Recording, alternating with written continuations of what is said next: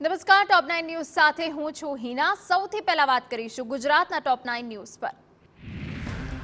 દિલ્હીમાં વડાપ્રધાન મોદીની અધ્યક્ષતામાં મળેલી નીતિ આયોગની બેઠક સંપન્ન થઈ। નીતિ આયોગની ગવર્નિંગ કાઉન્સિલ 9મી બેઠક સંપન્ન થઈ। સીએમ ભૂપેન્દ્ર પટેલે ગુજરાતના વિકાસ માટે નિવેદન આપતા કહ્યું, ગુજરાત 2047નો ડાયનેમિક ડોક્યુમેન્ટ રોડમેપ તૈયાર કર્યો છે।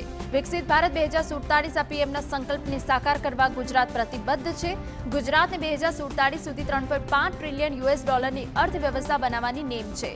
અર્નિંગ વેલ અને લિવિંગ વેલ પર આધારિત રોડમેપ તૈયાર કરવામાં આવ્યો। મુખ્યપ્રધાને કહ્યું કે જીવન સ્તર સર્વોત્તમ સમૃદ્ધિની અર્થવ્યવસ્થામાં સહભાગી બનાવીશું।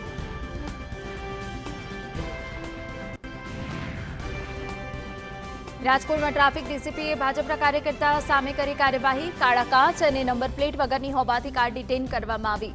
કાર છોડાવવા ભાજપના કાર્યકરે અનેક ઉધામા કર્યા, પરંતુ ખાખી ટસની મસ ન થઈ અને આખરે નિયમોનો ઉલાળ્યો વાળનાર કાર્યકર સામે ટ્રાફિક પોલીસે મેમો ફાડી જ નાખ્યો।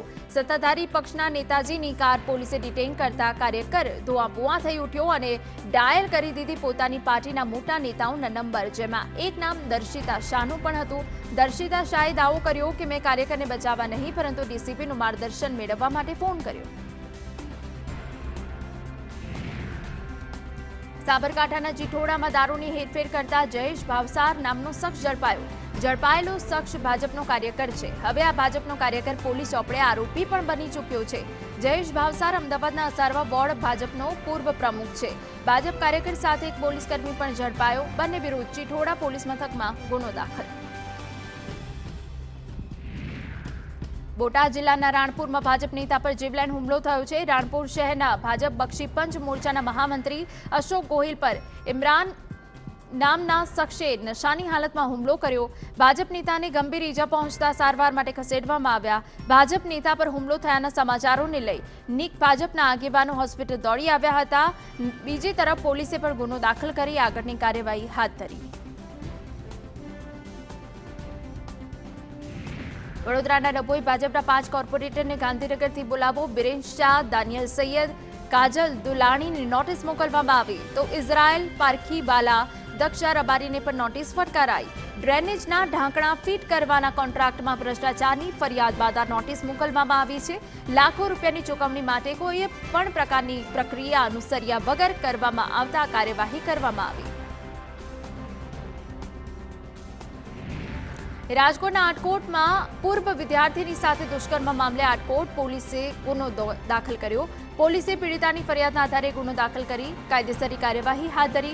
ફરિયાદીએ છાત્રાલયના ટ્રસ્ટી પરેશ રાદડિયા અને મધુ દાઢાણી સામે ગંભીર આરોપો લગાવ્યા। ભૂતપૂર્વ વિદ્યાર્થીનીનો આરોપ છે કે ધમકી આપીને વારંવાર દુષ્કર્મ આચરવામાં આવતું હતું અને કોઈને કહીશ તો મારી નાખવાની ધમકીનો પણ આરોપ પીડિતાએ લગાવ્યો।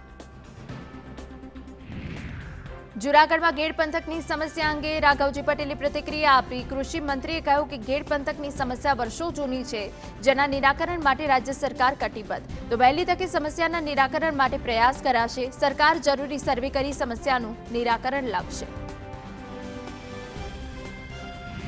બીજી તરફ કૃષિ પ્રધાન રાઘવજી પટેલની મુલાકાત પર કિસાન કોંગ્રેસના ચેરમેન પાલ આંબલિયાએ કહ્યું, જૂનાગઢમાં અતિવૃષ્ટિનો સ્વીકાર કર્યો તો પેકેજ કેમ નહીં? ગેડનો કાયમી પ્રશ્ન છે તેવું સ્વીકાર્યું, પગલાં કેમ ના લીધા? તેમણે કહ્યું કે ભાજપે 30 વર્ષથી કોઈ પગલાં કેમ ના લીધા? ગુજરાત સાવજનું ઘર છે, પરંતુ આ ગુજરાતના જ રેલવે ટ્રેક હાલ સાવજ માટે કાળમુખા સાબિત થઈ રહ્યા છે। અમરેલીના લીલાયાના ભેસાણ ગામમાં 3 દિવસ પહેલા પેસેન્જર ટ્રેનની અડફેટે આવીને એક નરસિંહ મોતે ભેટ્યો। આ સિંહનું મૃત્યુ સાથે જ વન્ય જીવ પ્રેમીઓમાં તો શોકની લાગણી ફરી વળી, સાથે લીલિયા રેન્જમાં આવતા ગ્રામજનો પણ અત્યંત દુઃખી થયા।